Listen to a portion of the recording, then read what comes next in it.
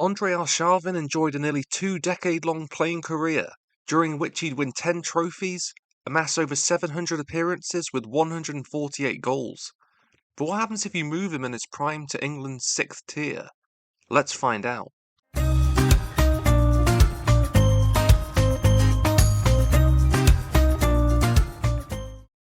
And just like that, the diminutive forward has exchanged North London for Hertfordshire. Aged 28, he's coming off a phenomenal Euro 2008 with his homeland. This would actually be his most prolific season in English football, as in 39 games, he'd registered 20 goals and assists. But Clarence Park is going to be a slightly different surrounding to the Emirates. The 600 fans in attendance are used to seeing their side much lower down the football pyramid. The 2010 season was a success for St Albans, as the club managed to avoid relegation. They definitely struggled on the goal-scoring front though, finding the back of the net just 45 times. Defensively, they were among the best. One of the main reasons for that was the form of Paul Bastock. He actually featured in a previous video on this channel highlighting players who featured on FM 2005 and are still playing. Despite now being 54 years old, at the time of recording, he's still playing with Boston United. Tactically, we're going to line up with a 4-4-1-1. Arshavin is going to be deployed as a 10, where he's been given a lot of freedom to get on the ball, dribble his man and shoot from range. There's not an enormous amount of talent in the attacking department, so hopefully he's quite greedy. Let's move through the season and see what happens. It didn't take long for Arshavin to demonstrate those elite dribbling qualities. Against Dorchester, he picks up the ball in his own half, beats 2 players, before finding a quality finish. Fine start to the season, as his side won 3-0.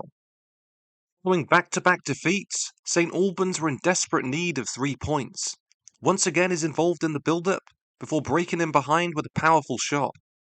12 games in, and things are going well with 8 victories. Unfortunately though, due to financial irregularities, the club's been docked 10 points, so it's made this task a little bit more difficult. No reason why promotion still can't be possible though. The goals would keep flying in. Here against Staines, there's a nice piece of build-up play, before the layoff to Andrey.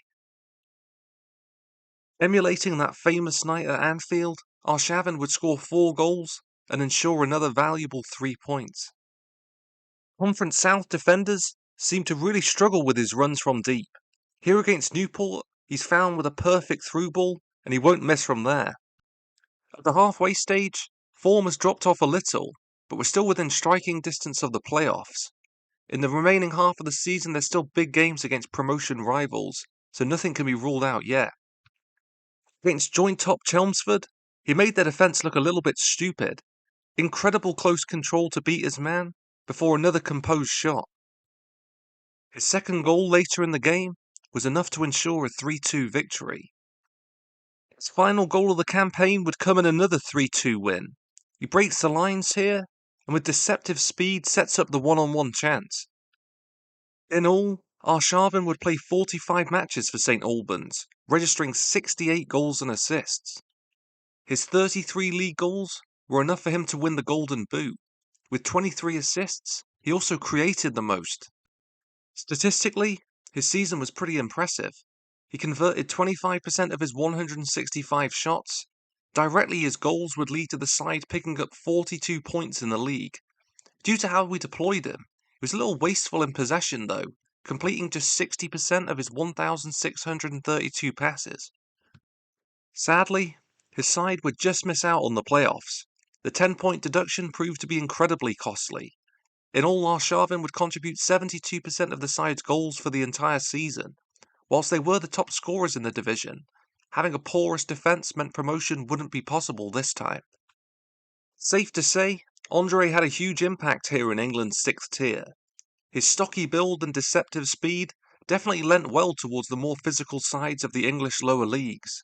Now long retired, I'm sure fans of Zenit and Arsenal would love to deploy him in their squads again.